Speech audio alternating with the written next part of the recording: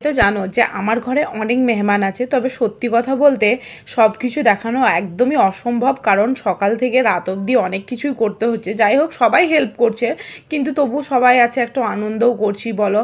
তো তার জন্য শুধু একটা রেসিপিই দেখাচ্ছি। যাই হোক, চলো সরাসরি রান্নাতেই চলে যাই। তবে আজকে কি বানাচ্ছি সেটা প্রথমে না বলে প্রথমে দেখাই কিভাবে রান্নাটা করছি। প্রথমে একটা কড়াইয়ে পরিমাণ মতো তেল দিয়ে তাতে কিছুটা আলু লালচে করে ভেজে তুলে নিলাম, আর কিছুটা বেগুন পরিমাণ মতো নুন দিয়ে লালচে করে ভেজে তুলে নিয়েছি, কিছুটা পেঁপে, কিছুটা মূলো আর পরিমাণ মতো নুন দিয়ে ভেজে তুলে নিয়েছি, আর কিছুটা করলাকেও পরিমাণ মতো নুন দিয়ে বেশ লালচে করে ভেজে তুলে নিয়েছি। এদিকে একটা মিক্সির জারে কিছুটা সর্ষে, কাঁচা লঙ্কা আর পরিমাণ মতো জল দিয়ে ভালোভাবে পেস্ট করে নিয়েছি। এরপর ওই কড়াইয়ের মধ্যে আর একটু তেল দিয়ে তাতে কিছুটা পাঁচ ফোড়ন আর আদা কুচি দিয়ে সব সবজিগুলোকে দিয়ে দিয়েছি, আর বেটে রাখা মশলাটা আর সামান্য পরিমাণ হলুদ দিয়ে একটু নেড়ে চেড়ে নিয়ে ওপর থেকে 1 কাপের মতো দুধ দিয়ে ঢাকনা বন্ধ করে রেখে দিয়েছিলাম, যাতে সবগুলো আর একটু ভালোভাবে সেদ্ধ হয়ে যায়। সেদ্ধ হয়ে গেলে ওপর থেকে কিছুটা চিনি ছড়িয়ে নামিয়ে নিয়েছিলাম।